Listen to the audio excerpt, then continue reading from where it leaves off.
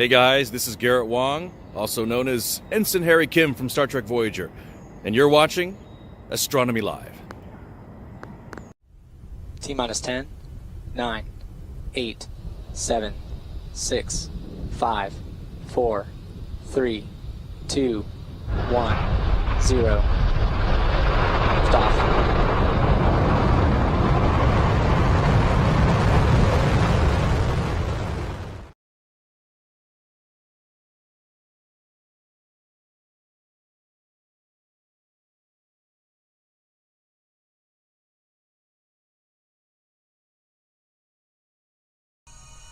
Hi folks, welcome to Astronomy Live.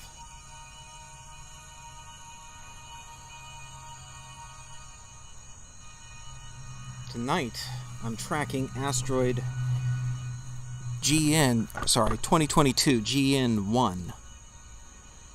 A recently discovered asteroid that is flying right by Earth tonight. And a hat tip to Tony Dunn for making me aware of this on Twitter. It's moving at a very good clip, currently about magnitude 15. Current distance from the telescope, let's see, is gonna be... Oh dear, I just realized something. In a few minutes we're gonna hit, any moment actually, we're gonna hit the due north point and it'll do the chord derotate maneuver. Okay, well, we'll deal with that. But for the moment, you can see the asteroid. It's right here. I'm highlighting it right there. Actually, tell you what, let me pull up a marker on OBS here. Gonna try to pull up a marker on this guy.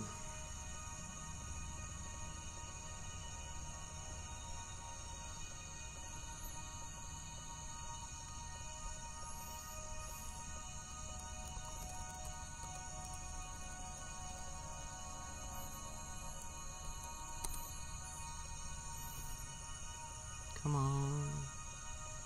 Okay. It's down here somewhere. Where did it go? I just lost sight of it. In the star streaks, it's a little hard to see.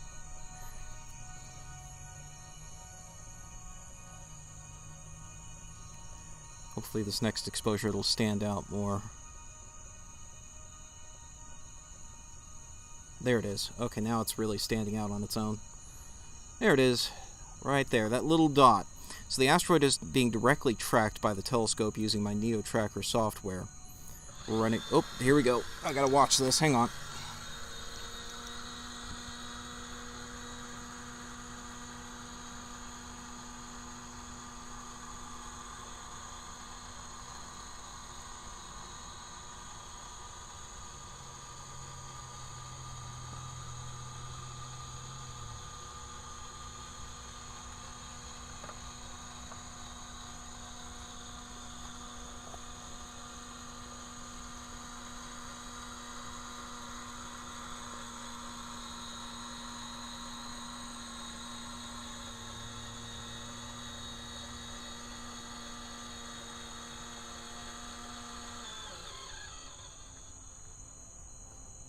Okay, that was the,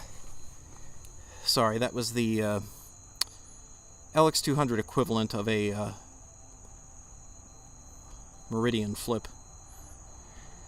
It's a fork mount, but it's hard-coded to do a chord untangle maneuver when it hits, due north. So it just passed the point in, or the line in the sky from zenith to due north on the meridian. And when it does that, it automatically spins around 360 degrees to make sure it doesn't tangle up its chords by repeatedly spinning in the same direction. Anyway, we're back on it now, thank goodness. So with that little interruption out of the way, we can once again see the asteroid. I have to shepherd it as it does that 360 spin because I want to make sure it doesn't actually catch a chord on anything during that massive slew spinning around its axis of azimuth. So, as I was saying, it is directly tracking the asteroid. The asteroid's name is 2022 GN1.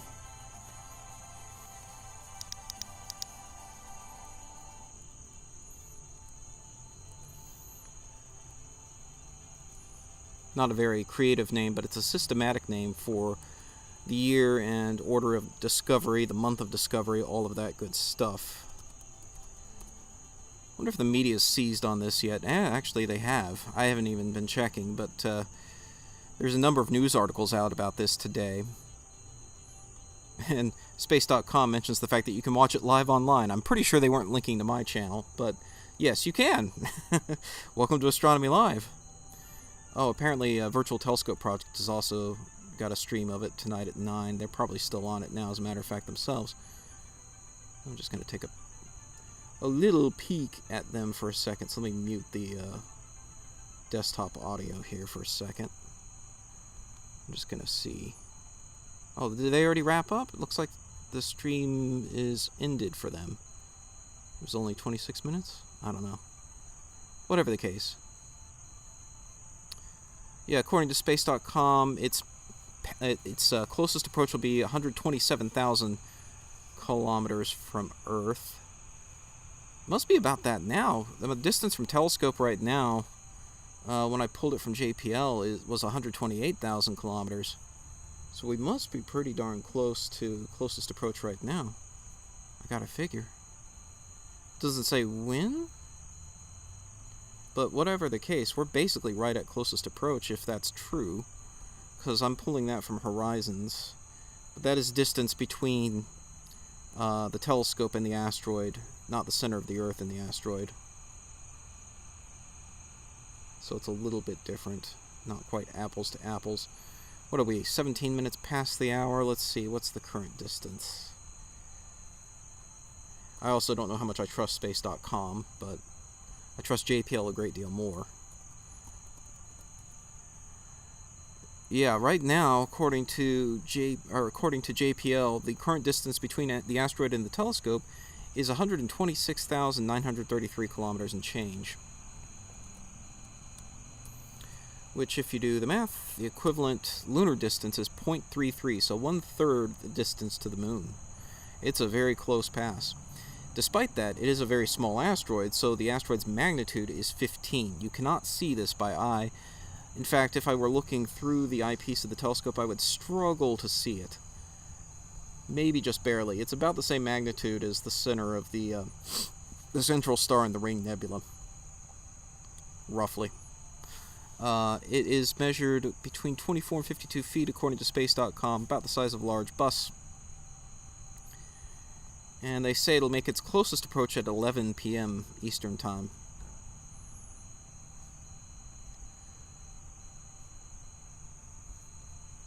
Oh, there we go. Update the arrow a little bit there.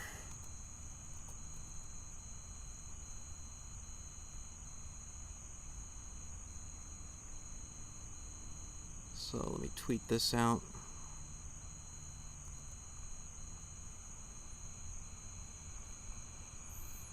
Also, I can pull the music back in.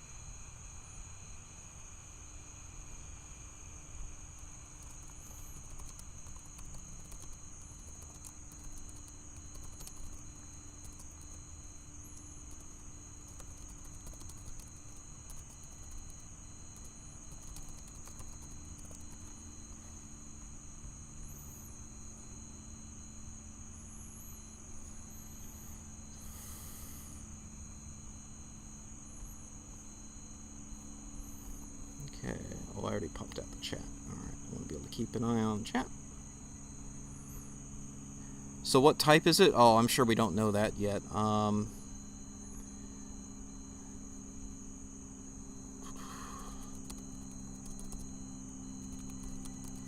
mean, they just discovered this thing. Let me see. Pull up the observations from Minor Planet Center. And I just heard about it today. Looks like The earliest observation was April 1st from Pan-STARRS. I don't know if that was the Discovery image, but we only have images going back less than a week on this asteroid. And at that time, it was magnitude 21, thereabout. So, yeah, that was the only image of it until April 4th. Well, series of images from Pan-STARRS, anyway. But yeah, at that time it was about magnitude 21, so that's about what you can expect when an asteroid is discovered. Typically our detection limits on new asteroids are about magnitude 21. If you don't know a priori how it's moving, then you can't directly track it based on the orbit, so the light is smeared out over multiple pixels, which makes it much harder to detect. The only reason I'm able to easily detect it right now is because of direct tracking provided by NEOTraker, my software. So I'm gonna adjust the positioning of it here a little bit. Try to scoot it more to the right in the frame. And I'm running 30-second exposures.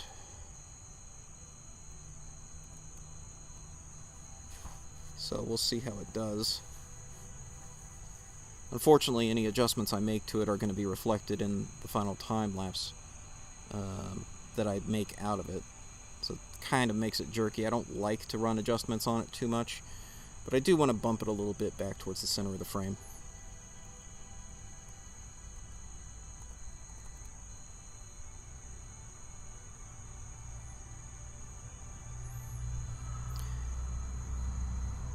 Crazy when you think about it, but something big enough to do damage to Earth could just show up out of nowhere and poof. I mean, to some extent, yeah. Something this size, it wouldn't do much damage. I mean, you're talking something akin to Chelyabinsk. But that did injure people. That injured, I think, about 500 people. And the reason it injured people primarily was because they were all staring through their windows at this sight in the sky of this fireball coming down and making a visible, very large smoke trail in the sky. And then ultimately it impacted Earth, but what hurt them wasn't the impact to Earth, it was the shockwave of this thing exploding midair. And the first they heard it was, in fact, the shockwave reaching the ground. That shockwave blew out the windows and sent glass flying into people's faces. So if you see an asteroid entering the atmosphere, duck and cover. That's not just propaganda to try to soothe school children facing nuclear war. It actually has a functional purpose in protecting people from shock, but flying glass definitely will. So if you're within the radius that it can blow out windows, you don't want to be staring out the window 2 inches from your face. Of course, that goes against everyone's instinct. When they see something like that in the sky, the instinct is, oh, I want to see it close up. Let me put my face up to the glass, up to the window, and take a closer look at this thing.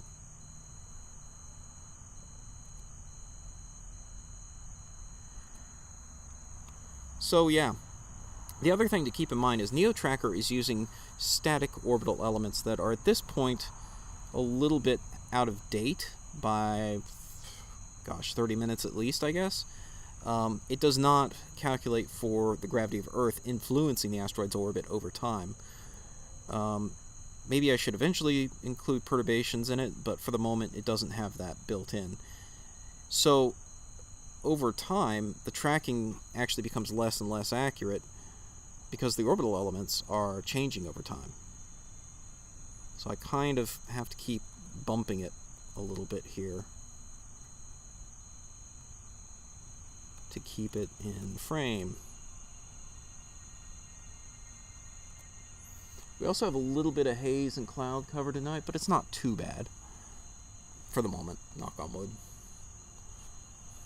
Let me see what it does in this next frame. If it keeps moving to the left, I'm going to move it back to the right again. It's fairly stable there.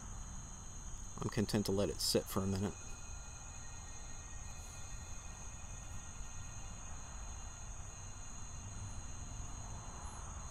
Yeah, duck and cover won't help with radiation. That's very true, Kaiser Cube. It won't help protect you from fallout, but it will protect you from entering asteroids that are sending out shockwaves that might blow out windows. That 50s video with the turtle says it does. That's right.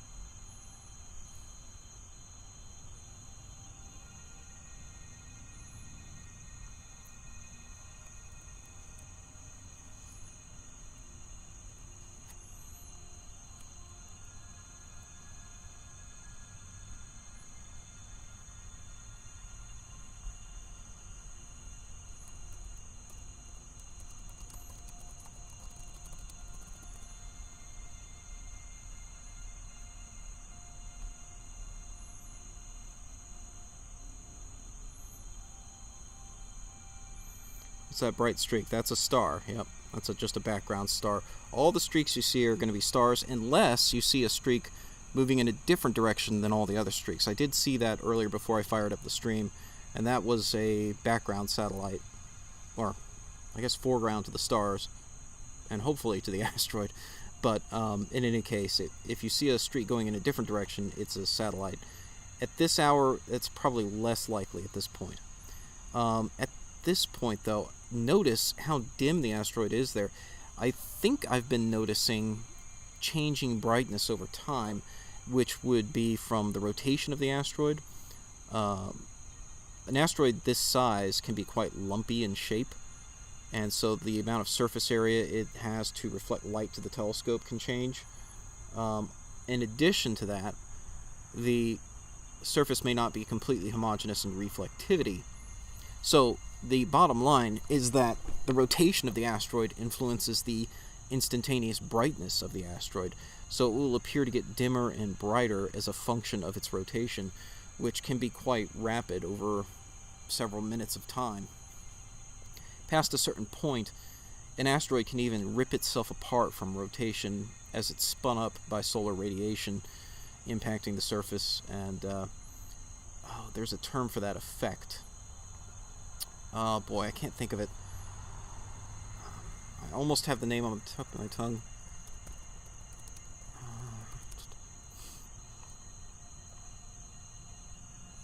I was thinking Yarkovsky, but I'm not sure if that's really the...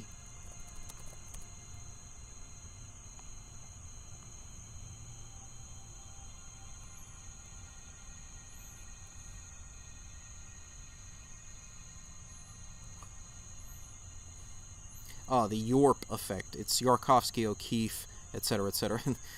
It's a effect on the asteroid's rotation caused by sunlight. Yeah. So, gosh, that looks like a Polish name. I can't pronounce that. But Yarkovsky, O'Keefe, Radzewski? I don't know. Paddock effect or Yorp effect changes the rotation state of an astronomical body's spin rate and the obliquity of its poles due to scattering of solar radiation off its surface and emission of its own thermal radiation.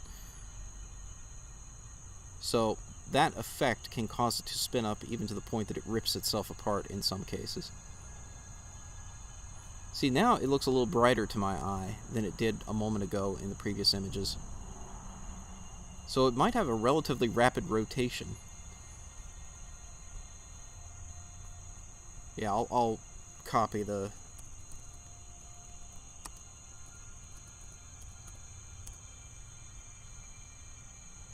copy the name of this effect into the chat. Somebody with better pronunciation of names like that can spell it out for me phonetically, maybe. Yeah, it got much brighter. Yeah, see, that effect of it getting brighter is most likely due to its rotation, which is probably pretty rapid if we're noticing it in 30-second exposures. I mean, over just a couple minutes of time, we've noticed a significant change in its rotation. So It's probably a fairly rapid rotator. It's still drifting slowly to the left. So I am going to, if I can find my tracking control panel here, I'm going to move that guy further to the right.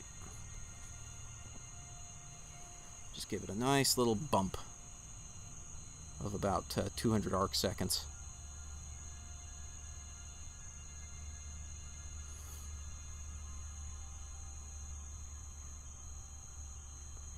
So you can see how the star trails became a little disjointed in that exposure. They now have this bend to them. That's from the motion of the telescope. That's from me moving the scope so that moving the scope to the left, putting the asteroid more to the right in the field of view to compensate for the drifting, which again I suspect is due to the orbital elements being slightly out of date at this point. The ephemeris, what did I set that for? Yeah. 2 universal time. I mean, that was only 31 minutes ago. If it's really drifting that much due to Earth's gravity, that's impressive.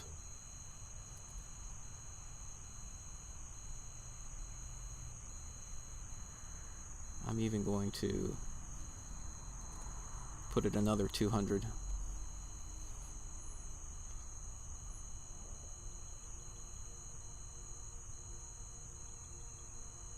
Oh, I went the wrong way.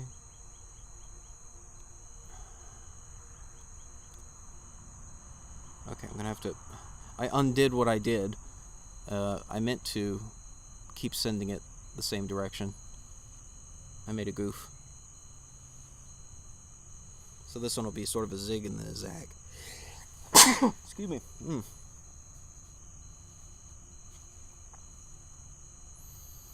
Sorry, I would have muted the microphone if I had known I was about to sneeze. Maybe even one more 200 on top of that.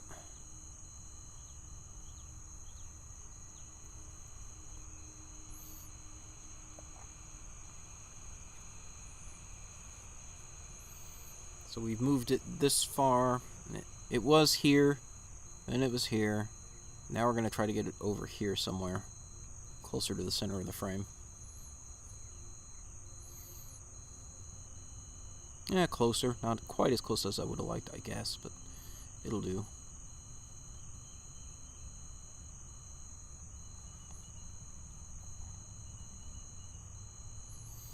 Yeah, 1/3 of a lunar distance. Earth's gravity is accounted for in JPL Horizons, Tony. The problem is right now, the way my software is running, it's not dynamically pulling the orbital elements. I should do that, actually. I kind of know how to do that now in terms of dynamically accessing JPL Horizons in a program. I have not incorporated that into NEOTraker yet. So the problem is it's using static elements from about 30 minutes ago, and it's not calculating for perturbations on those elements. So effectively, it's not accounting for Earth's gravity. It's sort of taking a snapshot with the oscillating elements from 30 minutes ago, which is surprisingly not good enough. I'm actually a little surprised at how relatively quickly it will drift. I mean, you can really kind of tell from minute to minute. But of course, this thing is only a third distance to the moon, so Earth's gravity is not negligible at this point. So what I could do is download orbital elements again. This time, yeah, we can do that.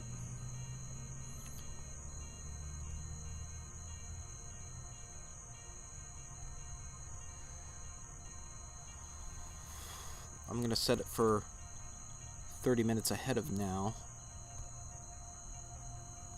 Well, actually 25 minutes ahead of now.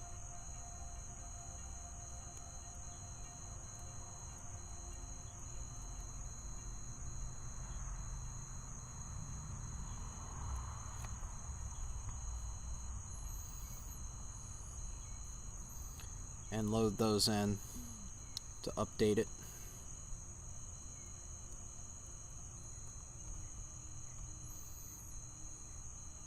It's not the most elegant solution, but it will do for tonight. However,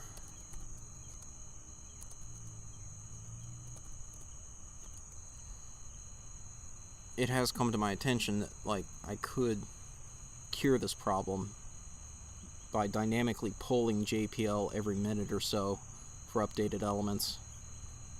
I don't have time to write the code for that tonight, obviously, but that is something I could do. So I'm going to go ahead. I'm stopping tracking now, and then if I do that, if I don't start tracking by the time that the next picture's done, you'll see how quickly this asteroid flies out of the field of view. In fact, you might not see it at all because it'll be too faint at that point.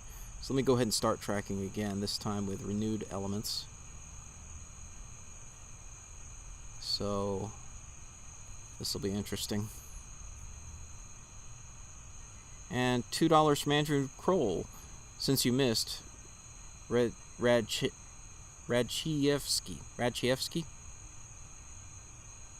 Close enough, right? Thank you, Andrew.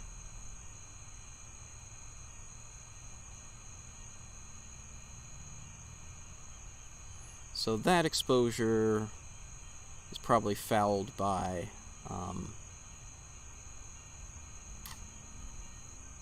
the interruption to tracking.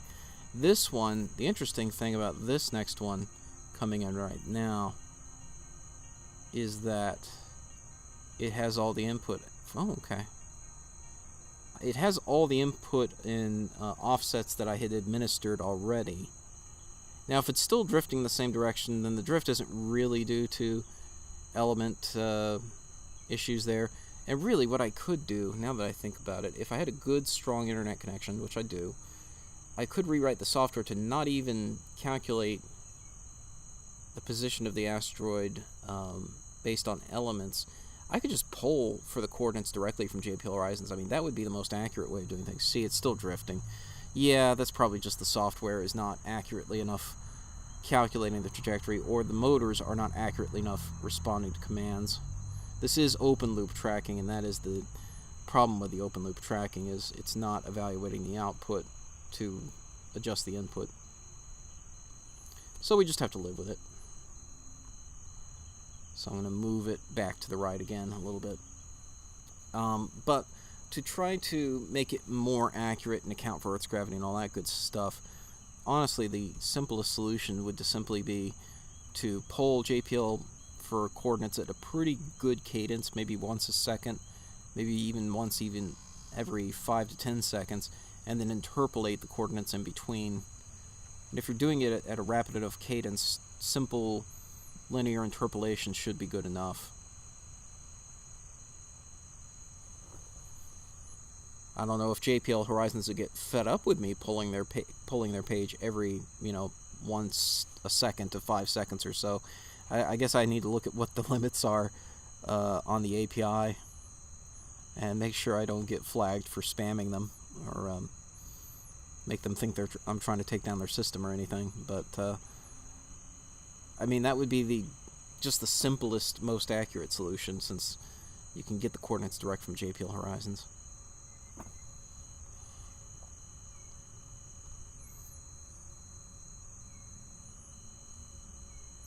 Based on the size of the star trails, I don't think I have a prayer of seeing this with my EV scope, tracking the stars. Probably not. Even I wouldn't have much luck if I weren't tracking the asteroid directly. I mean, you could tell it's fairly dim. We're running 2x binning here for sensitivity's sake, and even then it's like, pretty dim.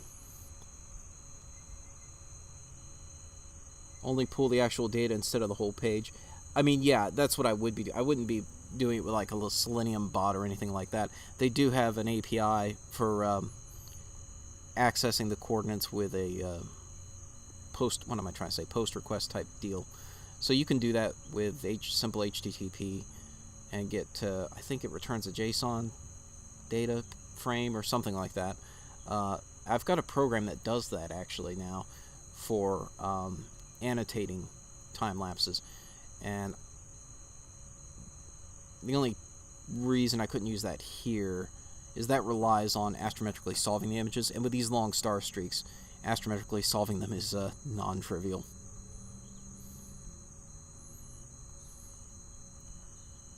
Let's go 300 back to the right.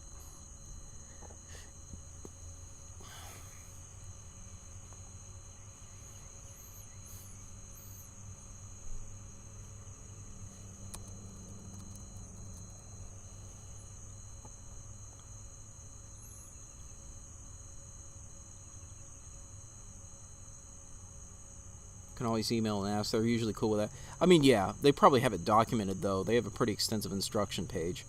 So they probably have documented what the request limits are. And yeah, I should be fine. I mean, it's not like I'm pulling huge amounts of data out of the server. It's just a little bit of text every few seconds. Software. I mean, that's the other way to do it.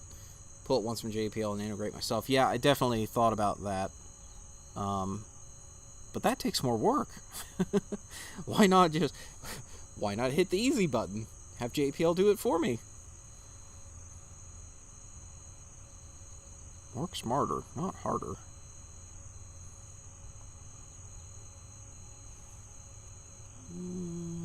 I want more. I want to move it more. 300 more to the right.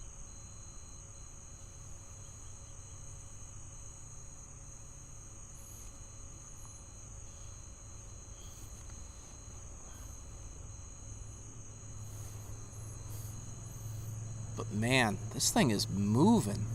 I can't believe it.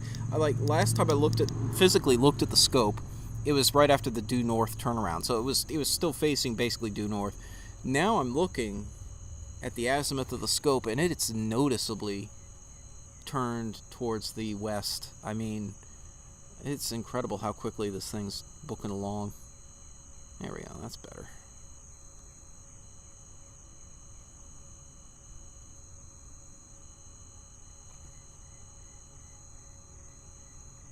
JPL can't, it's not rockets.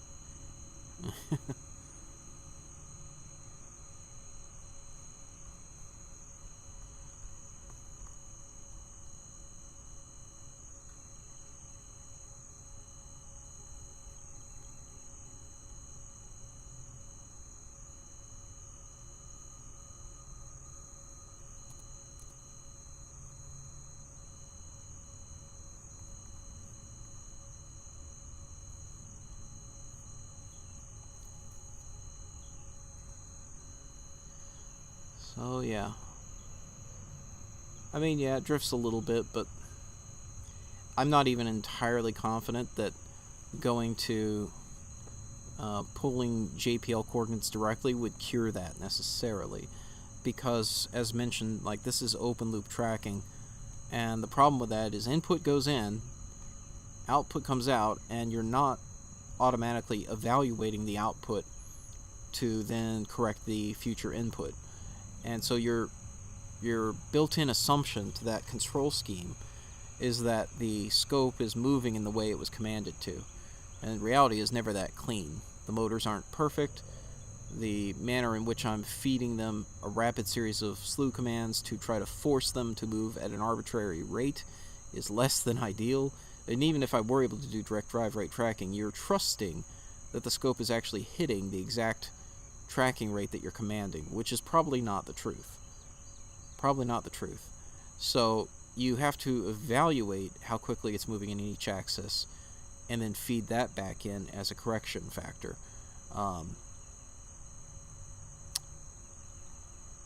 Just thinking about it, pipe dream type stuff. Now that I've been playing around with ASCOM, don't even have to do it this way. But I'm just thinking, like, now that I'm playing around with ASCOM, I could pull the images directly from camera, feed that back into the program, but I don't really want to mess with that. I don't really want to have to take on the task of doing all the image processing on the NEOTraker side of things. You could instead pull it as a secondary source. Basically continue running CCDsoft as the image acquisition software, or whatever your image acquisition software of choice is, a Maxim DL or what have you. But then have it monitor a directory where the images are arriving in.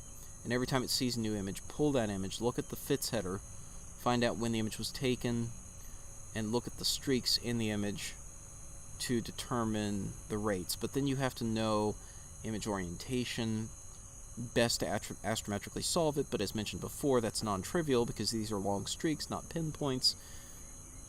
So then you got to do some kind of fancy processing to get pinpoints out of the streaks. You could do that maybe with some creative computer vision tasks, or adapt your astrometry software to handle streaks. I'm just trying to think out how to do this whole process automatically. Astrometry would be the easiest way if you could just astrometrically solve it. So I'd have to think about that, about trying to automatically process these images down algorithmically in a way that you artificially create pinpoints out of the streaks, and then feed that into astrometry. That will give you image orientation. Then you look back at the original image with the streaks, determine their length, determine their motion, direction, and that gives you actual data then on how quickly the telescope is actually moving in each direction, right ascension, declination, or what have you, whatever coordinate system you prefer. Then you can feed that data back into the program to compare what the program commanded at that time versus what was actually executed, and use that as a correction factor. So at the end of the day, yeah, it probably is possible to kind of do closed loop tracking. You don't even have to get to the level of actually trying to automatically find the asteroid in the image, because as you can see, the trick with that is I know where it is only because I knew where it was. Like, it's got to be that faint little thing right there. It's dimmed right now. And this is the thing that near-Earth asteroids do a lot, is they can be quite lumpy when they're this small, and the brightness function can vary wildly over time. And so you may not see it at all in some images, or just barely see it, like here. It's just barely on the left side of that streak. You would never find that with an automatic detection algorithm, almost guaranteed. That would be really a very tough task to do that automatically, algorithmically. So your easier solution is to pull data on how the telescope is moving based on complete star streaks in the image that aren't touching the edge of the image, and use that to determine rates. You could even query it for every single streak that you see that doesn't have one end touching the edge of the image, and then average the result for greater accuracy. So, yeah, these are all things I could do in the future. It's easy to say, much harder to execute, of course. Much harder to actually do.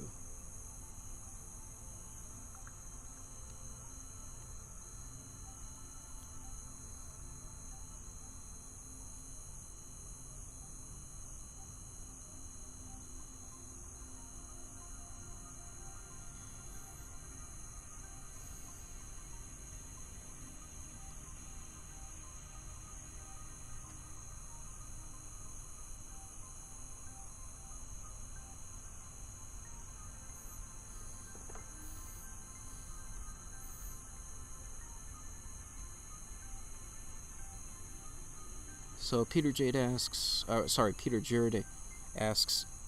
Arecibo out of the big picture, who's the big game in town now for doing radar imaging of asteroids? It's a great question. I believe Goldstone can still do that. And this is the thing. People talk about the big dish in China, which is even bigger than Arecibo. But my understanding, if I remember right, is that that dish does not have the capability of actively using radar on asteroids.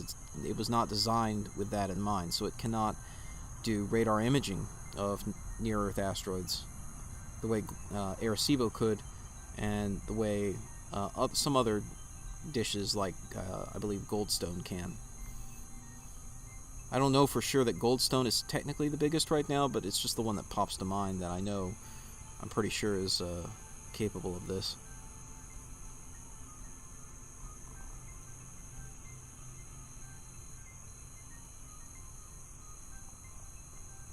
Okay, I'm going to move 400 arc seconds back to the right again.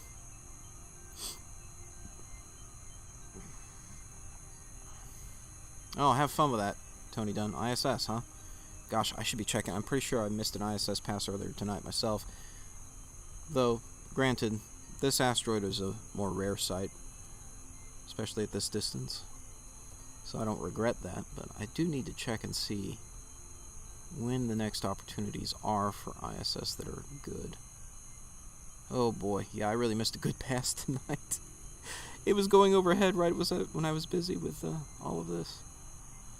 Tomorrow night is another good pass, but I do have plans.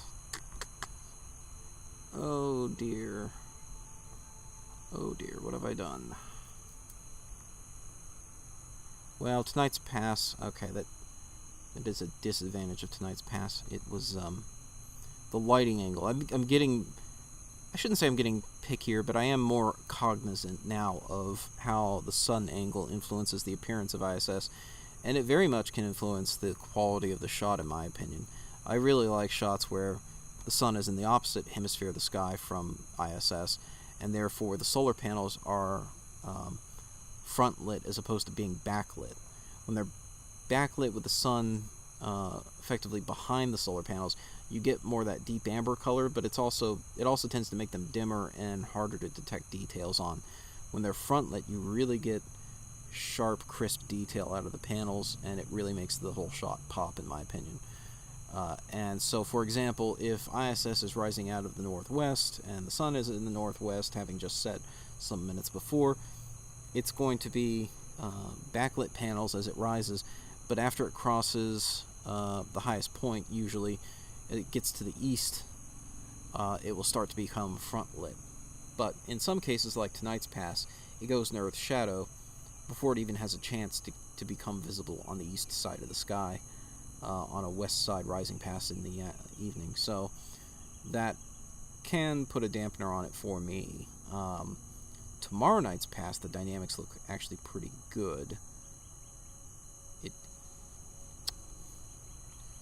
It is a possibility. The trouble is, I have something else I intend to do at that time. Can I multitask it? I don't know. I was going to be... Oops, I lost track of my pointer here. There's the asteroid. I was going to be attempting MC Toon's challenge for globe earthers to calculate the position of an observer based on the elevation of 3 stars. He's got a $100 Bitcoin challenge for that tomorrow night, and I was going to participate and attempt it myself, try to get it done quickly and sent to him at 8, I think that's at 8 p.m. Eastern, just 30 minutes before the ISS pass. Technically I could do both, but that's tricky.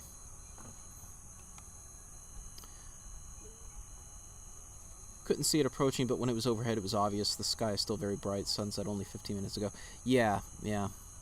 When it's front lit, it tends to be a lot brighter overall because you get the panels reflecting more light as opposed to whatever light is transmitting through them. And again, I need to make another correction to the tracking.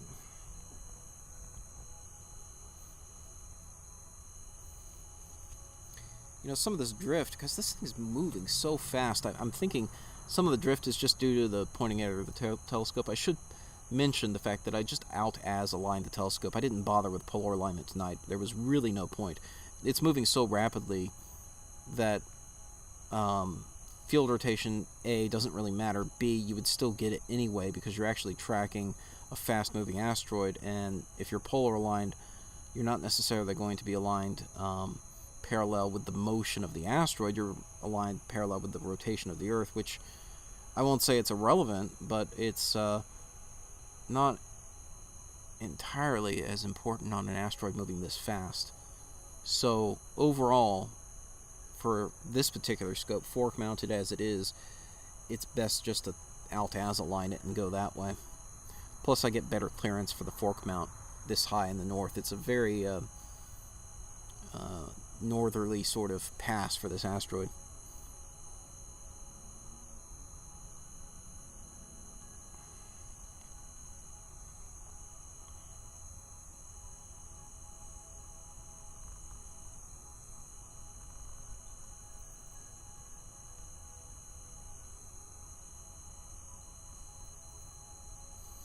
Yeah, in just about a few minutes, it'll be at closest approach.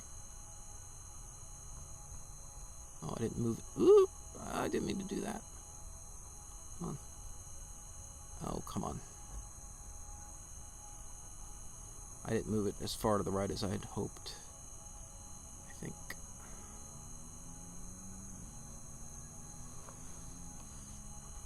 Might have to bump it some more.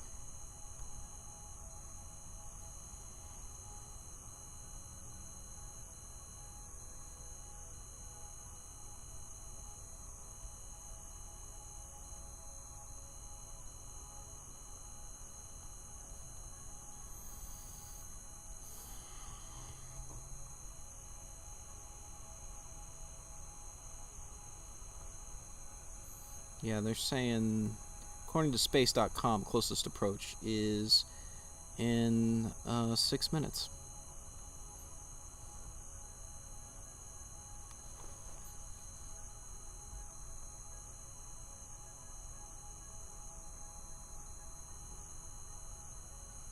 Okay, I moved it, but it's also very faint right now, so hopefully it'll rotate some more and pop back out and become obvious again.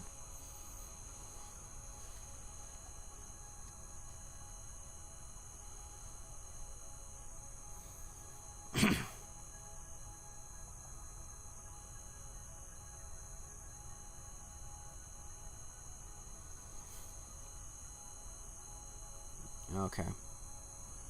I guess I not only moved it to the right, it moved it down a bit. I'm thinking that's what it is right there. Yeah, that looks like it.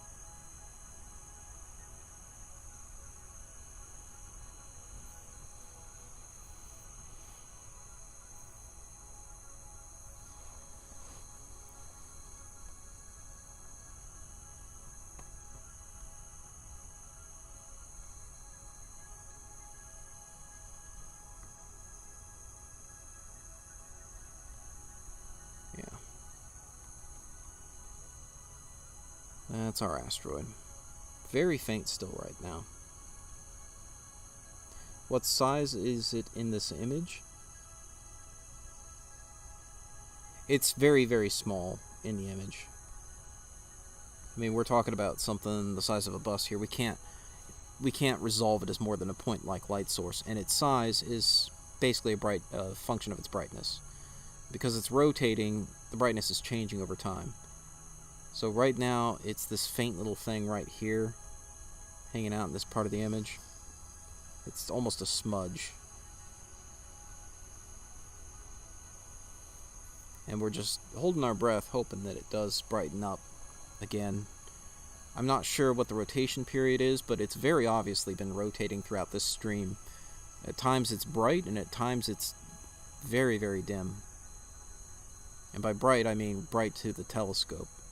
Invisible to the naked eye, regardless.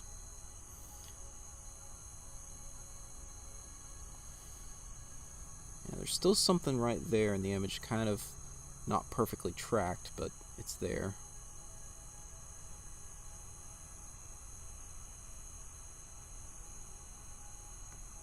I'm pretty sure that's it. And I'm just hoping it brightens back up.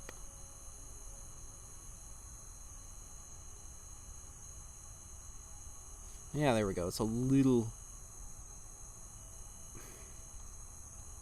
brighter, but still not great. Right there. We got 2 minutes till closest approach, according to space.com anyway. While we're waiting, let me double check that with Horizons.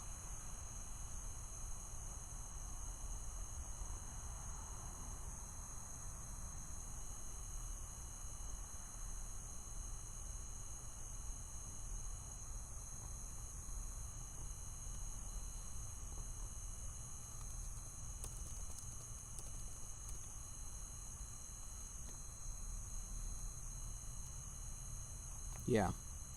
According to Horizons, the closest approach is actually at 3:01 Universal Time. Best I can tell, based on the latest information from JPL Horizons. So in 1 minute, it will be at closest approach.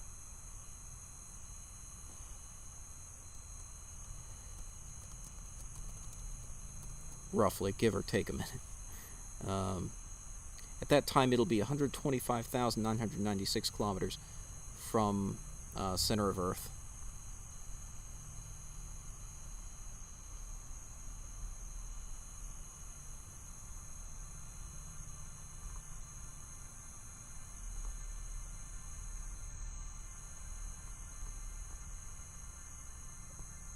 Gets up here now.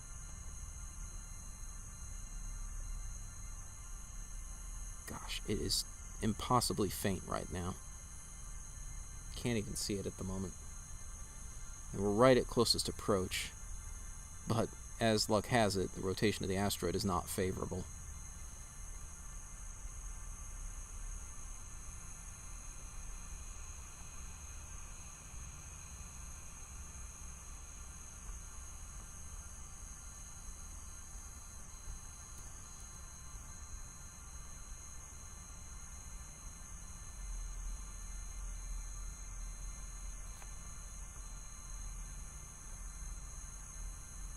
Yeah.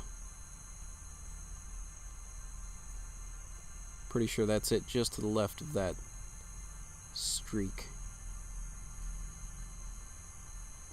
Just where the arrow is pointing, just to the left of that streak. That is it at closest approach, folks.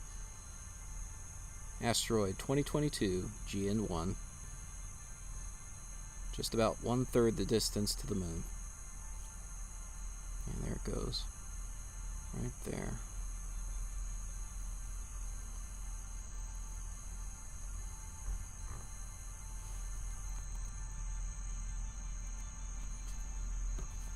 Very, very faint at this point.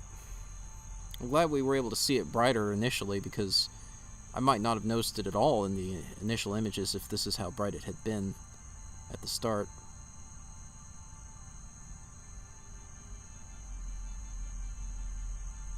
Yeah. Wow. Yeah, it's very faint. It's right there, though. It's consistently right about there.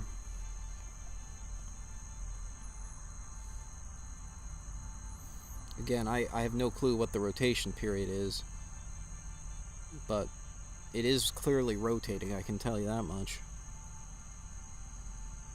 And also, you know, I wonder how much of it is a factor of our orientation relative to it is changing as it flies by the Earth as well. I'm sure that's a bit of a factor. So, very interesting.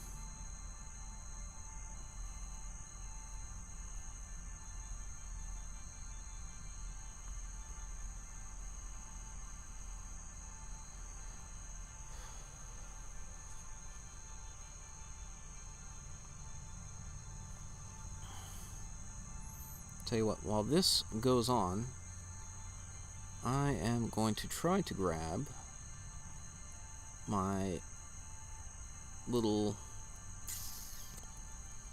because I'm going to be having to wrap it up here pretty soon, since it's getting late here. Plus the asteroid's pretty darn dim, and we just passed point of closest approach, which is what I wanted us to get to at least.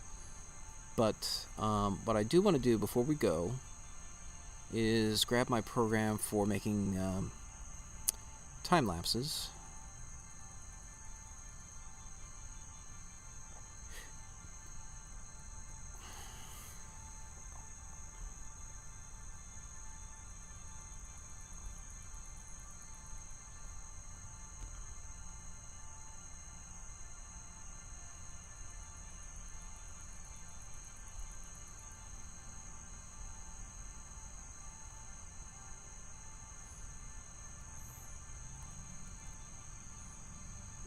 Up here at this point, okay. I want to... Where am I saving this thing? Oh god, I'm saving it in an old directory. I did not mean to do that. Yeah, I'll have to move these images later. But...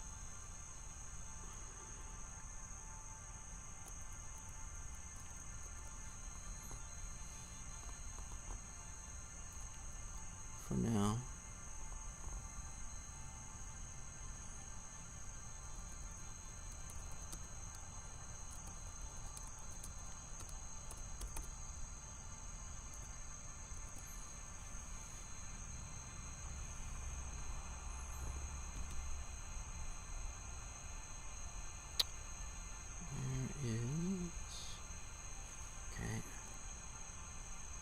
copy my time-lapse program over there and try to make a time-lapse out of all the images that we've collected so far.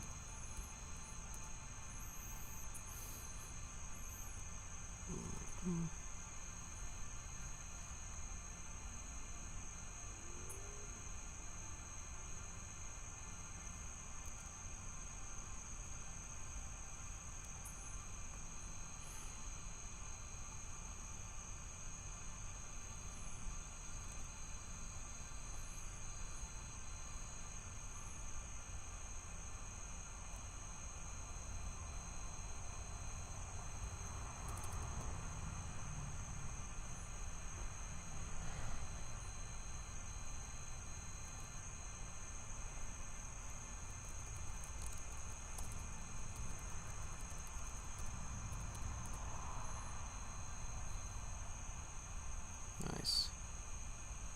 Okay.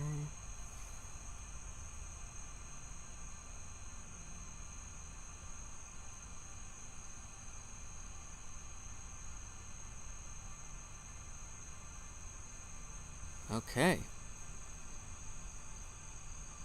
Alright, I'm going to go ahead and stop taking images at this point, and I'm going to stop the tracking. And we will close out with a time-lapse of 2022 GN1 flying by Earth.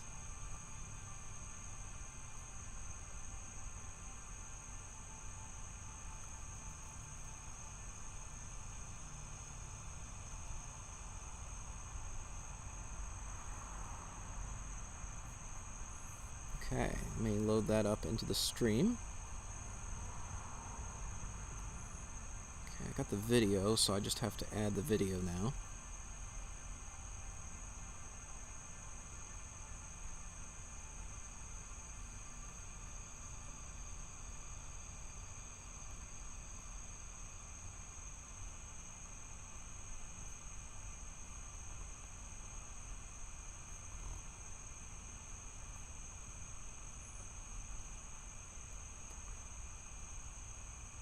So there we go. You can really see it in motion there. The drifting gets a little faster and faster over time, but you can see it. You can see me repeatedly adjusting the telescope to try to keep the asteroid in the field of view. It's there, it's there, it's there, it's there. Boom, boom, boom, boom, boom, boom. It keeps kind of jumping from left to right as I nudge the telescope. I hope that's visible on stream. I think it is.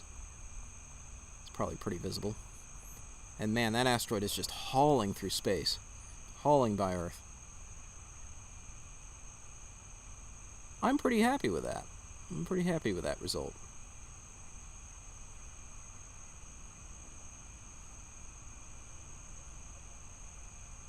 Overall, I'd say the general trend in brightness was decreasing, and that was to be expected because of the phase angle. JPL predictions showed it decreasing in brightness even as it's getting closer at the end because it's less illuminated by the sun. I think there's probably some little fluctuations in brightening and dimming that we kind of saw earlier. There were definitely times it seemed to get brighter momentarily, but overall what you're seeing here is a very rapid overall trend. This is the whole stream basically compressed into a few seconds. So very short, fast rotations are less apparent than the longer-term trend of dimming over time due to solar phase angle.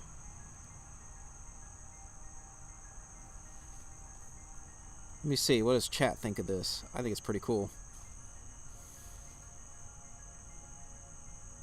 Too bad it couldn't give us more time. Nice, nice. I see what you did there. Yeah, a few minutes ago it was gibbous, now it's crescent. Yep. 15 to 1, 15 to 9.9 due to changing phase. Exactly, yeah. Yeah, the dimming over time due to phase angle. Yeah, sorry. I'm just now catching up with chat, but exactly right, Tony.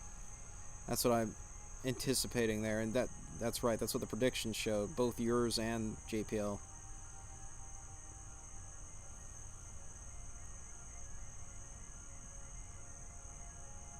But yeah, I'm pretty happy with that. that's a positive sighting there of 2022 GN1.